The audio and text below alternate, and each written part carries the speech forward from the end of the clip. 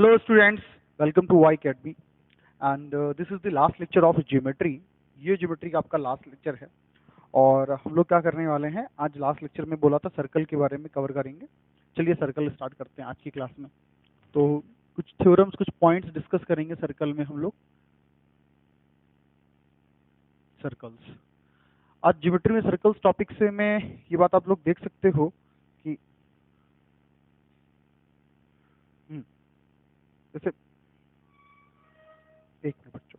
हाँ, तो पहला पॉइंट जो सर्कल में ये है कि हमें मान लो कि दो कॉर्ड दी गई हैं इस तरीके से। पहला पॉइंट इसमें है कि दो सर्कल में इस तरह से कॉर्ड दी गई हैं जो एक दूसरे को परपेंडिकुलरली इंटरसेक्ट कर रही हैं। क्या कर रही हैं? परपेंडिकुलरली इंटरसेक्ट कर रही हैं। मान लो ए बी एक कॉर्ड है और सी डी एक कॉर्ड है। ठीक, ए बी एक कॉर्ड है, सी डी एक कॉर्ड है, एक दूसरे को परपेंडिकुलरली इंटरसेक्ट कर रही है। मान लो सेंटर सी, ये सेंटर ओ है। क्लियर है ना? हाँ, मैं कहता हूं कि if chord AB is perpendicularly intersect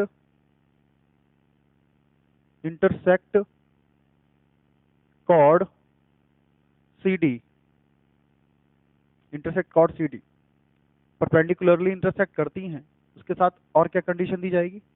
and AB is equal to twice of A and CD is equal to twice of B। Clear है ना? AB is equal to twice of A and CD is equal to twice of B। ये given है। अच्छा, एक बात और है, ये पॉइंट जो दे रहे हैं, मान लो इसको मैं M पॉइंट देता हूँ। क्या देता हूँ? M point. तो इस M से O तक का जो डिस्टेंस है, this is called C, small c। ये कैपिटल C है, ये स्मॉल c टू B। तो मैं क्या कह रहा हूँ कि इसकी रेडियस क्या होगी? इसकी ये जो रेडियस आप देख रहे हो, इसकी रेडियस क्या होगी? ऐसे सर्कल की रेडियस क्या होगी? Then R is equal to जो होगा that is square root of A square plus B square plus C square upon 2। ये कहलाएगी रेडियस ऑफ दिस सर्कल। जब कभी भी क्वेश्चन कुछ इस तरह से होगा तो रेडियस हमारी कुछ इस तरह से होगी। क्लियर है ना? मतलब एक सर्कल दिया जाए, दो कॉर्ड एक दूसरे को परपेंडिकुलरली इंटरसेक्ट करें और इंटरसेक्ट करेंगी तो, और जिस पॉइंट पर इंटरसेक्ट कर रही हैं उस पॉइंट से from that intersecting point two the centre of the circle distance of between them is c, then the radius of the circle will be equal to the square root of a square, मतलब half of this side। ये पूरी 2a दी गई है, इस पूरे का half, cd का half मतलब a का स्क्वायर, हाफ का स्क्वायर, देन cd के हाफ का स्क्वायर एंड c का जो है वो उसका कोई हाफ नहीं लेंगे, एज इट उसको ले लेंगे c का स्क्वायर। ये रिलेशन आपको दिमाग में रखना है। This 2 is in the square root, this 2 is in the square root. ये स्क्वायर रूट के अंदर है। चलो मैं आगे की तरफ। अच्छा, दूसरा पॉइंट देखो बच्चों। दूसरा पॉइंट जो है, मान लो कोई सर्कल है कुछ इस तरह से और दो कॉर्ड इस तरह से एक दूसरे को क्या कर रही हैं? इंटरसेक्ट कर रही हैं। मान लो इसको नाम दिया गया ए बी, इसको नाम दिया गया सी डी, और एक दूसरे को पॉइंट ई पे इंटरसेक्ट कर रही हैं। तो दो chord, if two chords intersect मैं वही बातें बताऊंगा जो जरूरी हैं, ठीक है ना? और तो आप लोगों ने सिलेबस के दौरान पढ़ी होंगी। If two chords intersect each other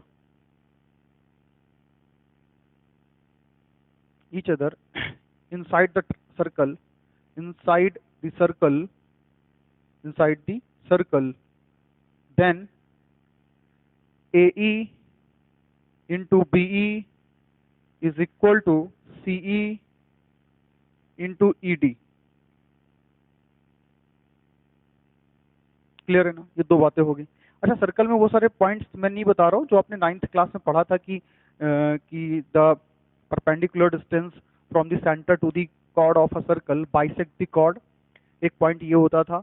या फिर कह देते थे कि if if a line segment join the centre and mid point of any chord of a circle, then the line is perpendicular, the line segment is perpendicular to the chord। Equal chords subtends equal angles at the center and equal chords are equidistant from the center। If two chords has equal distance from the center, then the chords are equal। These kind of theorems and these kind of points I am not going to tell you because these are very simple। You can already memorize them by yourself from your book. They are available in your book easily. Okay, तो अब 2 point हमारे पास discuss हो गए। इन 2 point पे question भी discuss करेंगे, क्योंकि ये 2 पॉइंट डिस्कस कर रहे थे, क्वेश्चन थोड़ा बनेगा। आइए हम लोग इस क्वेश्चन को करते हैं। 1 मिनट, मैं कपड़ा देख लेता हूँ।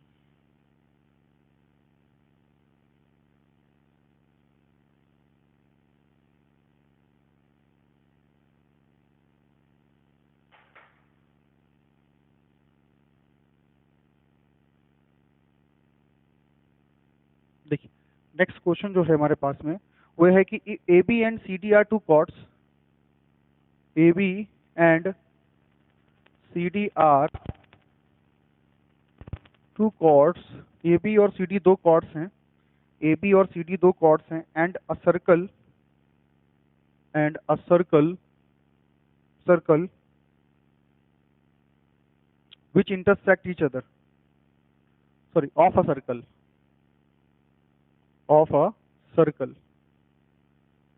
which intersect each other at right angle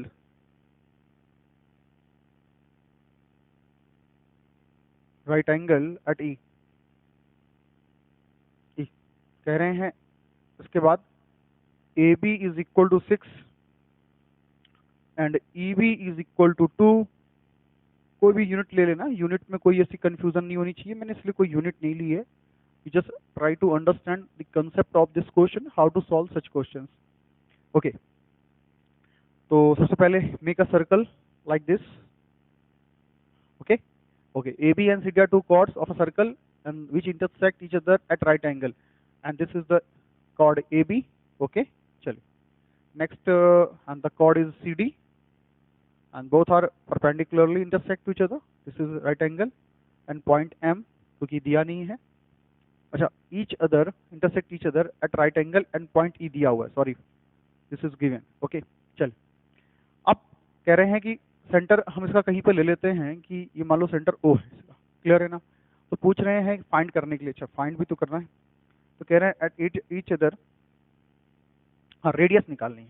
तो क्या निकालनी है हमको, ये रेडियस फाइंड करनी है, आर निकालना है। This is we have to find, ये हमें क्या करनी है, फाइंड करनी है। क्लियर, इतना काम कर लेते हैं हम लोग पहले, ये आर हमको फाइंड करनी है। ओके चल, अभी करना क्या है कि सबसे पहला काम ये है कि अभी हमने 2 पॉइंट्स पढ़े। पिछली पॉइंट में क्या पढ़ा कि 2 कॉर्ड अगर एक दूसरे को सर्कल के अंदर इंटरसेक्ट करती हैं, 2 कॉर्ड सर्कल के अंदर एक दूसरे को कट करती हैं, तो क्या होता है कि AE is equal to EB, sorry AE into EB, AE into EB is equal to CE into ED, CE into ED। ठीक, AE की वैल्यू क्या दी गई है, AE का मतलब AE हमें पता ही नहीं है, छोड़ो हटाओ, हमें क्या पता है, EB पता है। EB कितना पता है हमको, 2 है। CE कितना है, 3 है। एंड ED कितना है, हमें ED भी नहीं पता है। एक सेकंड देखते हैं क्या क्या इन्फॉर्मेशन हमें दी गई है, एक second. EB AE is equal to, अच्छा AE दिया गया है, मैंने AB लिख दिया बच्चों, ये AE दिया हुआ है, मैं वही सोच रहा हूँ कि दिया क्यों नहीं है। हाँ ये AE दिया हुआ है 6, EB is equal to 2 and CE is equal to, हाँ ठीक है, तो CE इज इक्वल टू हमें 3 दिया हुआ है एंड ED की वैल्यू निकाल सकते हैं यहाँ से हम लोग। ED इज इक्वल टू बच्चों कितना निकलेगा, AE का वैल्यू कितना है 6 है, क्योंकि इसको दिए बगैर ये सॉल्व नहीं होगा। तो ED इज इक्वल टू बच्चों हमारे पास में है 6 इंटू 2/3 एंड 3 2 जा 6 becomes 4, तो ED इज इक्वल टू बेटा 4 आ गया।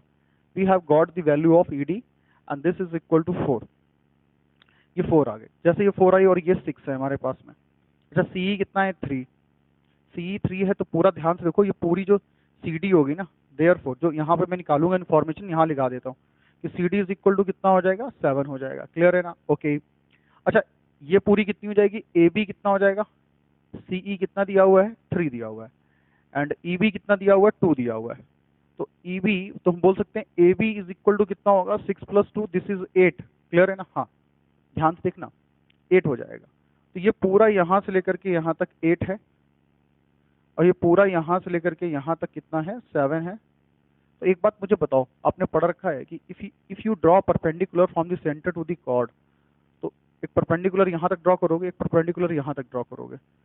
ठीक, ये ड्रॉ किया आपने, क्लियर है ना? चलो, तो अभी क्या कर सकते हैं हम लोग, ये 7 हो गई, तो ये परपेंडिकुलर क्या करता है, इसको बाइसेक्ट करेगा। मतलब ये जो सी, ये मान लो ये एम है और मैं इसको एन पॉइंट देता हूँ, क्या देता हूँ उसको, एन।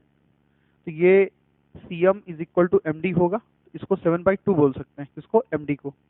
अच्छा, ओ एम कितना होगा पता नहीं, ओ एम देख लेते हैं कितना होगा, पहले समझ लेते हैं।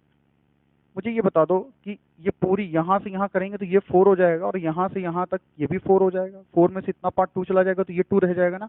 यहाँ से यहाँ तक का 2, ये भी 2 रह गया, ये भी 2 रह गया हमारे पास में। ये जब 2 आ गया हमारे पास में, क्लियर है ना? अब हमारे पास में क्या आ गया, ओ एम की वैल्यू 2 आ चुकी है, क्योंकि 90 है, ये 90 है, ये 90 है, तो ये भी 90 हुआ।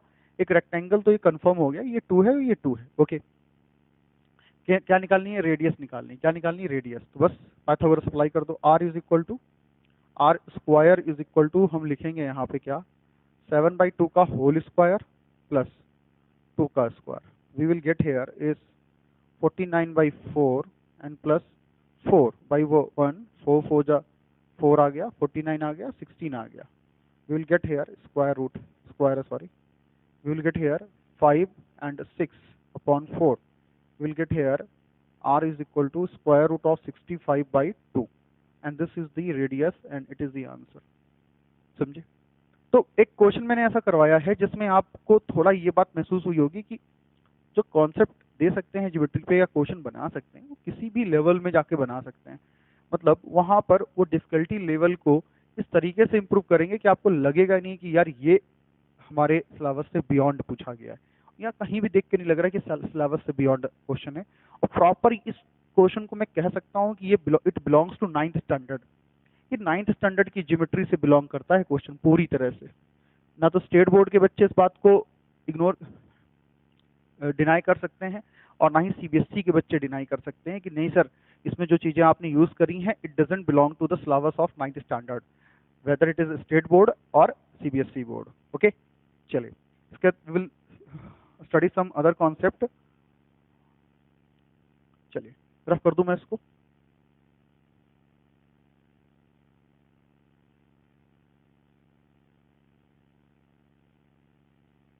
नेक्स्ट, तो पॉइंट नेक्स्ट है हमारे पास में कि अब क्या है कहानी कि मान लो पॉइंट नेक्स्ट में ये है कि कोई सर्कल है और दो कॉर्ड, हम एक कॉर्ड ये लेते हैं, मान लो इस कॉर्ड को मैंने ले लिया ए बी, और इसको मैं एक्सटेंड कर रहा हूँ ऐसे करके, और एक कॉर्ड में लेता हूँ सी डी, और ये सी डी कॉर्ड लिया और मैंने इसको भी एक्सटेंड किया तो बाहर कहीं मिले जाके ये कॉर्ड्स। जब दो कॉर्ड एक्सटेंड करने पर बाहर आउटसाइड कहीं मिलते हैं तो क्या होता है, मान लो टी ई पॉइंट पर इंटरसेक्ट कर रहे हैं, या मैं इसको क्या करूं एक मिनट के लिए, इसको ए देता हूं, इसको बी देता हूं, थोड़ा अच्छा लगेगा, और इसको सी देता हूं या इसको बी देता हूं। हाँ ठीक है, सही है, बिल्कुल सही है, इसको ई रहने दो। हाँ चलो ठीक है, तो क्या हो जाएगा हमारे पास में क्या हो जाएगा, रिलेशन क्या आता है कि A E into B E is equal to C E into D E. इस रिलेशन को याद रखिए। मतलब क्या कह रहा हूं मैं, अगर दो कॉर्ड को प्रोड्यूस करने पे वो बाहर कहीं आउटसाइड पॉइंट पे मिल रहे हैं, जो पॉइंट आउटसाइड है उस पे इंटरसेक्ट कर रहे हैं दोनों कॉर्ड, तो A B sorry BE into पूरी ये length A E, BE into A E, similarly DE into CE is equal to, ये रिलेशन बनेगा हमारा A E into BE is equal to. तो ठीक है भाई, क्लियर है? चलो करते हैं क्वेश्चन। इसमें एक क्वेश्चन सॉल्व करेंगे, उस क्वेश्चन को देखेंगे कैसे करना है। इसी पे क्वेश्चन देखो फटाफट। देखो भाई बहुत सारी बातें हैं डिस्कस करने के लिए, मैं थोड़ा स्पीड में रहूंगा।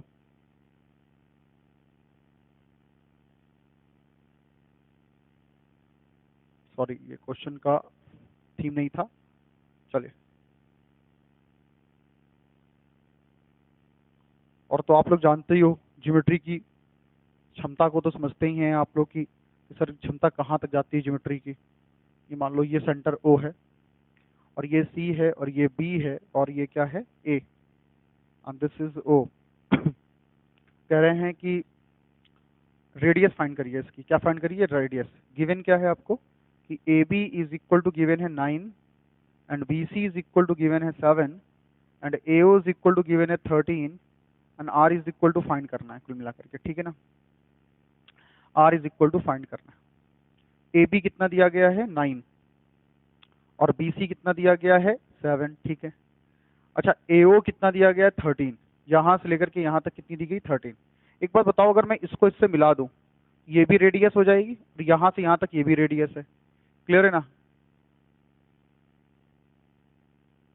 ये भी रेडियस है, ये भी R है, ये सेंटर है और ये भी R है। तो मुझे बताओ यहाँ से लेकर यहाँ तक 13 है, तो इस पॉइंट को अगर मैं नाम देता हूँ E, तो यहाँ से लेकर यहाँ तक कितना हो जाएगा 13 माइनस एक्स, और ये R है।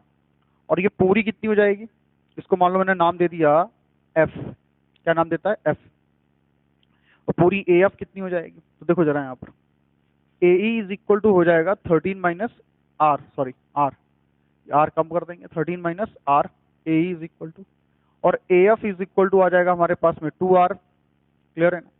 इसी तरीके से हमने बात किया AB is equal to 9 given है and AC is equal to 9 plus 7 that this is equal to 16। ऊपर का रिलेशन देख लो और नीचे का सॉल्व कर लो। आइए सॉल्व करते हैं ऊपर का रिलेशन।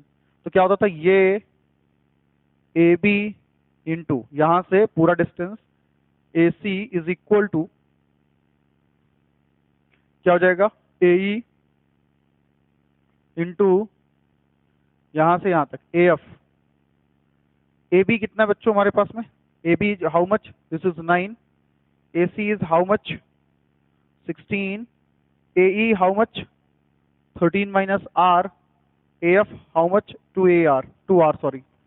नाउ कैलकुलेट इट, 144 या 1 मिनट, 2 से 2 कैंसिल हो सकता है, 2 8 जा 16, 72 एंड R 13R माइनस का R स्क्वायर, क्वाड्रेटिक बन रही है 72 इज इक्वल टू ये।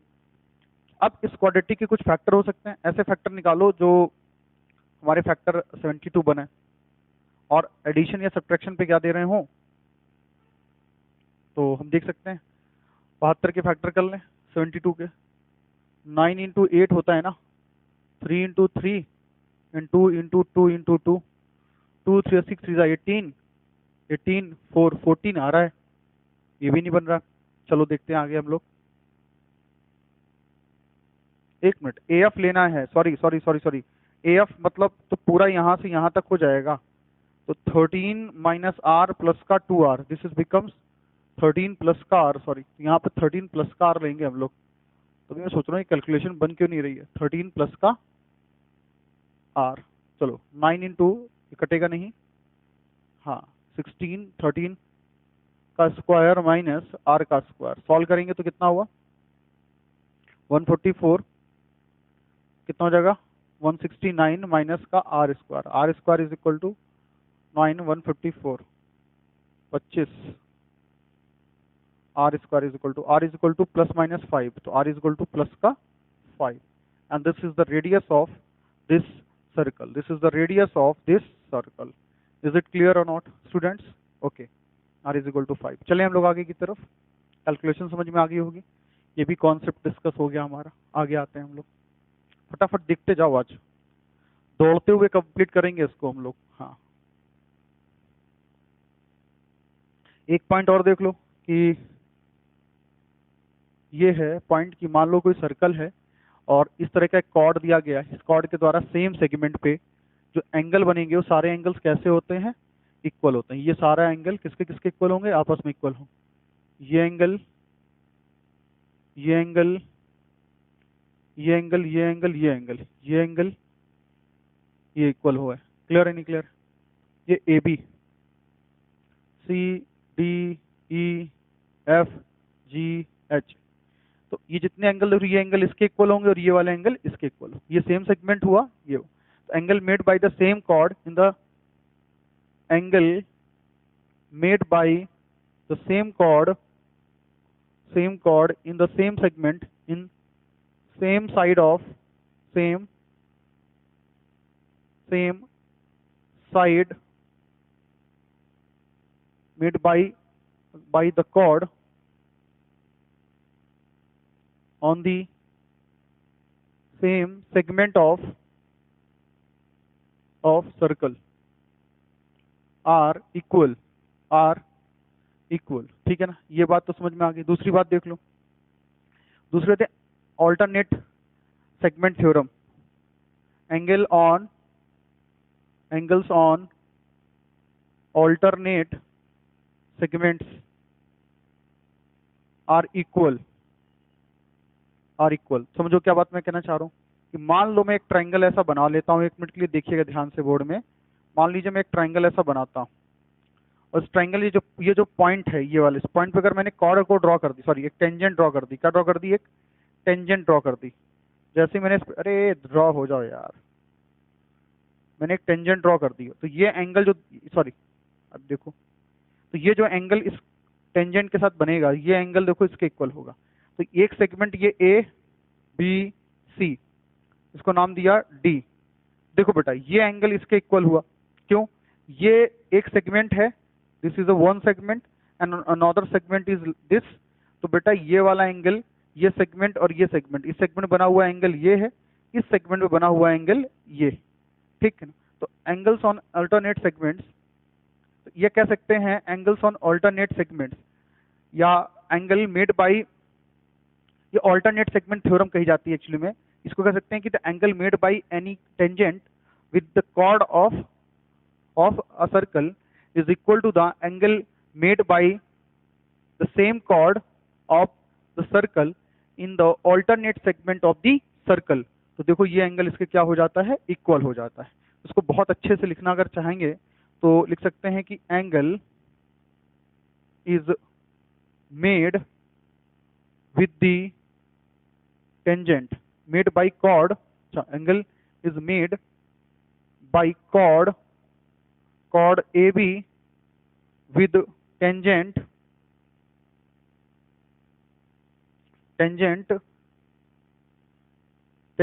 ED, ठीक है ना। Tangent ED is equal to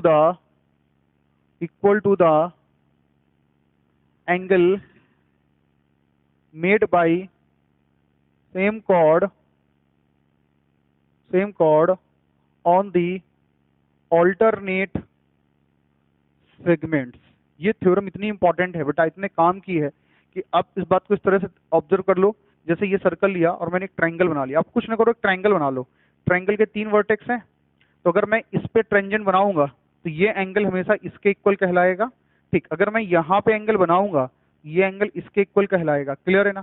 अगर मान लो मैं टेंजेंट यहाँ पे ड्रॉ करता हूँ, ये एंगल जो होगा, ये एंगल इसके इक्वल होगा। और अगर मैं इस एंगल की बात करता हूँ तो ये एंगल, एक मिनट, ये एंगल इस एंगल के इक्वल हो जाएगा बेटा, ठीक है ना। हाँ, बस इस तरह से ध्यान रखना है आपको, और नहीं तो इस स्टेटमेंट को याद रखेंगे, you will get the proper result whatever you want as it given here, okay, और एज इट गिवन हेयर। तो ये 2 बातें और हैं। उसके बाद कुछ बातें और हैं सर्कल को लेकर के। मैं कोशिश कर रहा हूँ कि सर्कल की कुछ बातें भी आपके साथ में अधूरी न रह जाएं, इसलिए सभी कुछ हम लोग लेके चल रहे हैं। कोशिश तो समझ सकते हो। और ये ऐसे क्वेश्चन, ऐसे कॉन्सेप्ट हैं जो रिवीजन के लिए जरूरी होते हैं आपके, जब आप पढ़ते हैं सर्कल, ठीक। देखिए, एक तो आपने एक्सटीरियर एंगल पर बेस्ड एक थ्योरम पढ़ी होगी 9th स्टैंडर्ड में ही, कि मान लीजिए कोई क्वाड्रिलेटरल है, साइक्लिक क्वाड्रिलेटरल की बात कर रहे हैं। तो ये एंगल जो होता है यहाँ पर, मान लो मैंने A B C and D, उसको नाम दे दिया ई। तो बेटा ये एंगल जो है ना, इस एंगल के क्या है, इक्वल होता है। ये कहलाता है एक्सटीरियर एंगल। ये क्या होगा, exterior angle of cyclic quadrilateral. Cyclic quadrilateral is equal to the interior opposite angle of cyclic quadrilateral. It is directly equal to this angle, okay. तो ये वाली एक बात होगी तुम्हारी। दूसरी क्या होगी, मतलब जैसे कि क्या हुआ ना, जैसे मान लो ये सर्कल दिया गया, एक साइक्लिक क्वाड्रिलेटरल हमको दिया गया है। मैंने कहा ये 30 डिग्री एंगल है, तो मैंने कहा ये एंगल कितना हुआ, तुरंत आपने बोला sir it is also 30 degree angle, okay. चलिए नेक्स्ट थ्योरम हमारी कौन सी आ जाती है वो देख लो। नेक्स्ट थ्योरम ये है कि मान लो एक सर्कल है, एक उसमें इस तरह की टेंजेंट्स बन रही हैं। एक मिनट, पहले हम बनाएंगे कुछ इस तरह का एक फिगर, हाँ, क्योंकि टेंजेंट बनाना थोड़ा कठिन काम हो जाता है, ठीक, ओके। तो अभी मैं इनको नाम अगर दे दूं ना, ये जैसे ए है और इसको मैंने नाम दिया बी है, इसको नाम दिया सी, इसको नाम दिया डी, तो इनमें रिलेशन क्या आ जाता है, ये मान लो P Q R और S पे टच कर रही है, तो we can write here AB plus का CD is equal to AD plus का BC, AD प्लस का BC। ये रिलेशन आपके दिमाग में होना चाहिए। You all can see this कि अपोजिट साइड्स का सम, मतलब sum of opposite sides equal, sum of opposite sides are is equal, sum of opposite sides is equal, हमेशा होगा। अपोजिट साइड का सम इक्वल होता है। इसी पे क्वेश्चन, इस वाले कॉन्सेप्ट पे क्वेश्चन कर लेते हैं, फटाफट दौड़ाते हुए कर लेते हैं क्वेश्चन को। आइए जल्दी से करते हैं, चलिए देखिए क्या है क्वेश्चन। क्वेश्चन समझ लो बेटा। क्वेश्चन ये है कि मान लो कोई एक इस तरह की सेम कंडीशन का एक क्वेश्चन हमको दिया गया है, इसमें से बोला गया ये क्वाड्रिलेटरल कुछ इस तरह से उन्होंने बोला, और ये एक सर्कल है जो इस क्वाड्रिलेटरल को 3 पॉइंट पे टच करता हुआ जा रहा है। तो मुझे बोला ये गया कि गिवन जो इन्फॉर्मेशन है, इसको नाम दे देता हूँ मैं पहले। ये पॉइंट ए है, ऐसा कह सकते हो तुम, कह क्या सकते हो, मतलब ऐसा कर सकते हो, सॉरी ये हटा दो एक्स्ट्रा वाले। ए बी सी डी, ये एक्स्ट्रा में इसलिए दिखा रहा था कि पहले टेंजेंट सर्कल ड्रॉ किया गया, फिर टेंजेंट ड्रॉ की गई। मैंने खाली यहाँ पर ऐसा काम कर दिया ताकि थोड़ा मुझे बनाना, कंस्ट्रक्शन करना आसान हो जाए अपने लिए। Clear, this is H. अब बोर्ड में ध्यान से देखना, और this angle is given in this figure, and C G equal to given है आपको 22, and B C is equal to given है आपको 30। क्या गिवन है बच्चों? 30 गिवन है। And A B is equal to given है 12, and R is equal to हमें गिवन है। फाइंड करना, सॉरी इसकी रेडियस फाइंड करनी है। मान लो इसका सेंटर वो हमें गिवन है। क्लियर है ना? इतनी इन्फॉर्मेशन हमें दी गई। सबसे पहले देखो सी जी कितना दिया गया है, 22 दिया गया। बी सी कितना दिया गया है, B C is where, this is given 30, यहाँ से लेकर यहाँ तक की इन्फॉर्मेशन 30। ए बी कितना गिवन है, ए बी गिवन है हमें 12, ए बी कितना गिवन है 12। ध्यान से देखो, आपको पता होना चाहिए कि एक सर्कल अगर है तो टेंजेंट, अगर सर्कल में कोई एक्सटर्नल पॉइंट से टेंजेंट ड्रॉ की गई, एक टेंजेंट ये ड्रॉ की गई, अरे लहरती हुई टेंजेंट जा रही है यार, टेंजेंट लहरती हुई नहीं जाती बच्चों, देखो, हाँ ओके, हाँ this is A B C, तो ये इसके इक्वल हुई कि नहीं? तो हमेशा ये एक्सटर्नल पॉइंट से टेंजेंट ड्रॉ करता है ना, ये टेंजेंट्स क्या होती हैं, इक्वल होती। तो tangents drawn from an external points are equal in their length. ठीक, तो अब इनकी लेंथ अगर इक्वल है तो you all can see that कि सी पॉइंट एक्सटर्नल हुई और ये टेंजेंट होगी, ये और ये टेंजेंट हो गई, तो ये इसके इक्वल हुई। तो बताओ मुझे सी एफ कितना हो जाएगा, 22 हो जाएगा, और पूरी कितनी है 30। तो जब सी एफ 22 है तो बी एफ कितना हो जाएगा, 8 हो जाएगा। बी एफ कितना हो जाएगा, 8।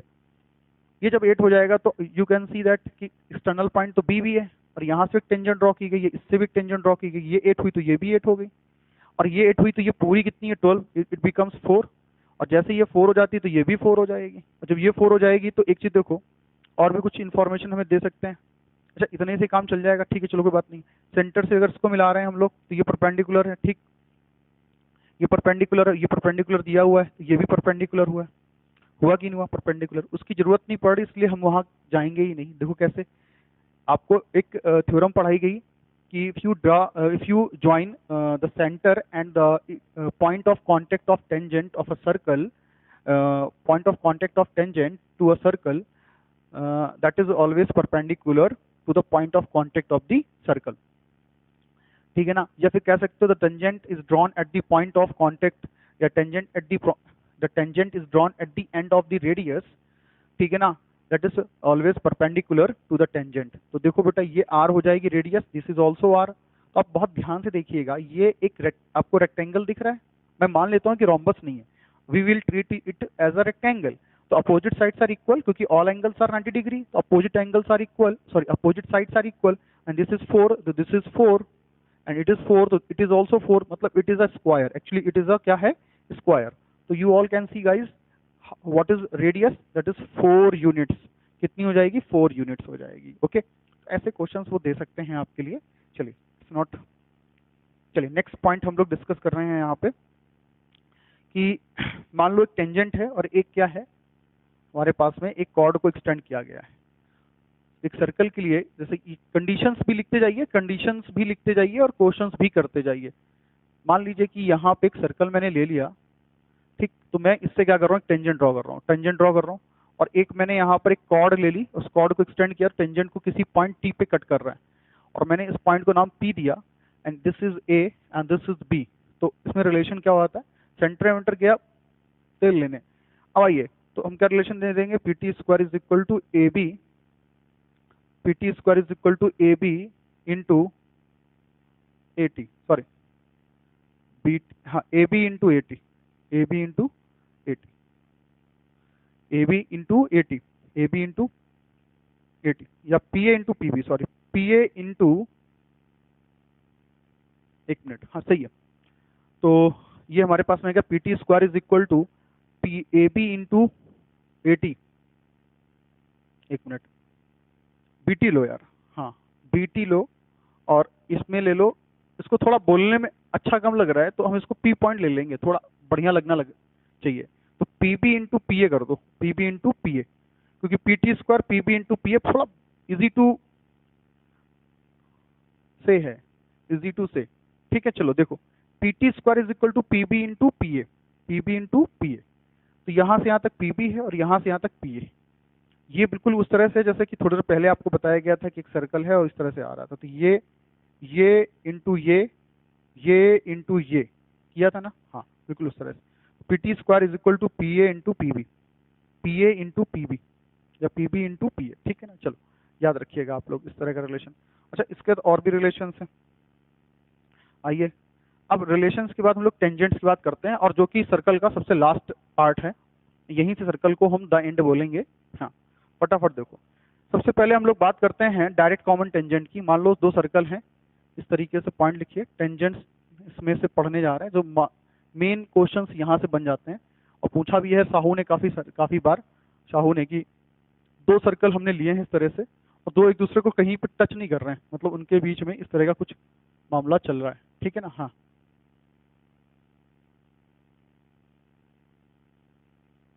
ठीक, ये सेंटर है, ये भी सेंटर है, ठीक, इनके बीच का डिस्टेंस क्या है, डी, क्लियर है ना। तो इसको मैंने कैपिटल आर लिया, इसको मैंने स्मॉल आर लिया, इसकी रेडियस कैपिटल आर, इसकी रेडियस, तो बोल रहे मान लो ये ए है और ये B, and this is known as direct common tangent, DCT, direct common tangent. इसको शॉर्ट फॉर्म में बोलते हैं लेंथ ऑफ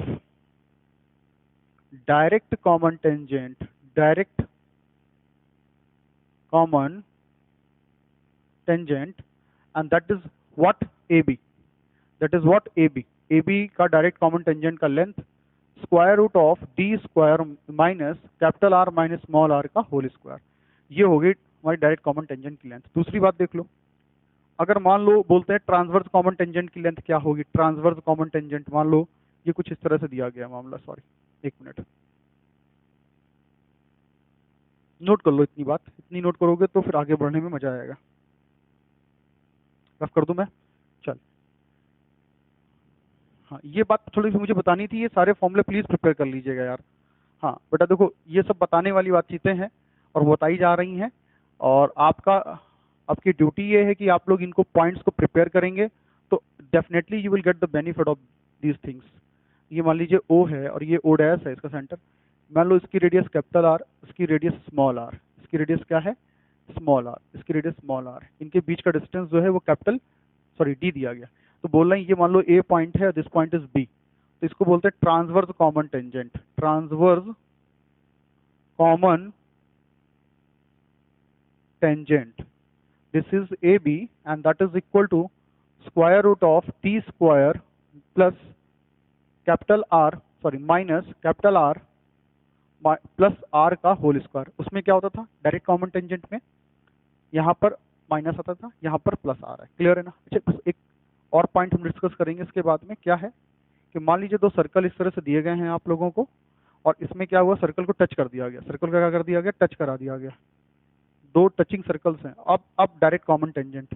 और इस केस में आपकी ट्रांसवर्स कॉमन टेंजेंट ड्रॉ ही नहीं हो सकती। मान लो इसकी रेडियस कैपिटल आर और इसकी क्या है, स्मॉल आर, और इनके बीच का डिस्टेंस डी।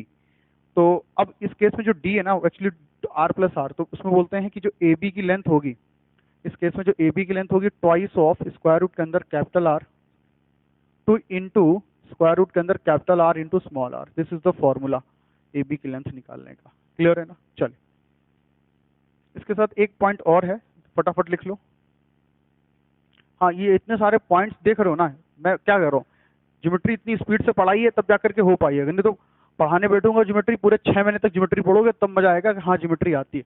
और एटलीस्ट 1 मंथ का पूरा कोर्स करो ज्योमेट्री का, तब आपको मजा आएगा ज्योमेट्री पढ़ने में।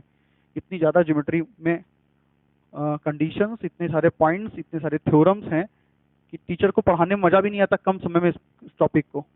ए बी, लेकिन पूरे साल तो सोते हो तुम लोग, पूरे साल तो क्या करना है सर जी, अभी कुछ नहीं करेंगे बाद में करेंगे, तो पूरे साल सोओगे, बाद में कहोगे सर जी पढ़ा दो, सर जी प्लीज पढ़ा दो, सर जी कैसी तैसी कर देते हो तुम लोग।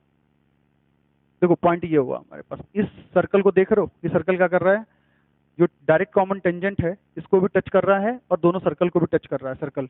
और मैं इसकी रेडियस को ए ले रहा हूँ, इसकी रेडियस को बी ले रहा हूँ, इसकी रेडियस को क्या ले रहा हूँ मैं, सी ले रहा हूँ। तो what is the relation between their radius, there radii sorry, 1/√C is equal to 1/√of A plus 1/√of B. This is the relation between the radii of these circles, radii of these circles. ये भी point है बेटा, note कर लीजिए आप लोग आज।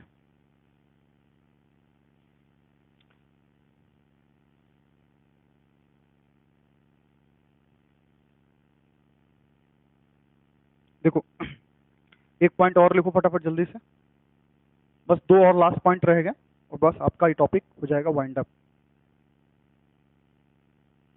ठीक, देखो अब इसमें क्या है, इसके अंदर एक स्क्वायर बना रहे हैं हम, क्या बना रहे हैं इसके अंदर, एक स्क्वायर। ये बेटा एक हमेशा स्क्वायर है, जैसे मान लो एक क्वाड्रेंट दिया गया है, ये क्या क्वाड्रेंट दिया गया है, इसको स्क्वायर का नाम मैं कुछ ले लेता हूँ अपनी तरफ से, ABCD, और स्क्वायर की साइड आपको दी गई है। और ये देखो स्क्वायर जो है ना, इस क्वाड्रेंट के ये जो रेडियस है पूरी R है, यहाँ से यहाँ तक की जो R है, कह सकते हो ये जो R है यहाँ से यहाँ तक, ये जो है ना ये इसके इक्वल है। मतलब अगर मैं इसको नाम देता हूँ O, तो ये जो OB है, OB is equal to given होगा हमेशा AO, मतलब ये मिड पॉइंट है इसका और ये इसका मिड पॉइंट है, ठीक है ना। हाँ, मतलब ये इक्वल टू ये, सॉरी ये नहीं कह रहा हूँ मैं, सॉरी फॉर दैट, ये बात ही नहीं कहना चाह रहा हूँ। मैं कहना चाह रहा हूँ कि ये लाइन जो है ना, एक मिनट, ये जो पॉइंट है, लाइन है, ये इसके इक्वल है, ये क्या है इसके इक्वल। तो अब ये जब पॉइंट इसके इक्वल है तो ये क्या हो जाएगा, x/√2 हो जाएगी, एंड दिस इज x/√2 हो जाएगी। क्लियर है ना, ये दोनों पॉइंट्स ऐसे आ जाएंगे। ये कैसे हो जाएगा, x/√2 का स्क्वायर करो, x/√2 का स्क्वायर करो, तो ये क्या आ जाएगा, 1 आ जाएगा भाई, x/√2 का square upon 2 and square upon 2, तो 2x स्क्वायर अपॉन 2, 2 से 2 cancel, square root of x square निकालोगे, इसका स्क्वायर रूट निकालोगे तो क्या आ जाएगा एक्स स्क्वायर का, तो x आ जाएगा। क्लियर है, तभी ये पॉसिबल है x, क्योंकि ये स्क्वायर, ये क्या है, एक स्क्वायर, और इसकी लेंथ आपको दी हुई है x।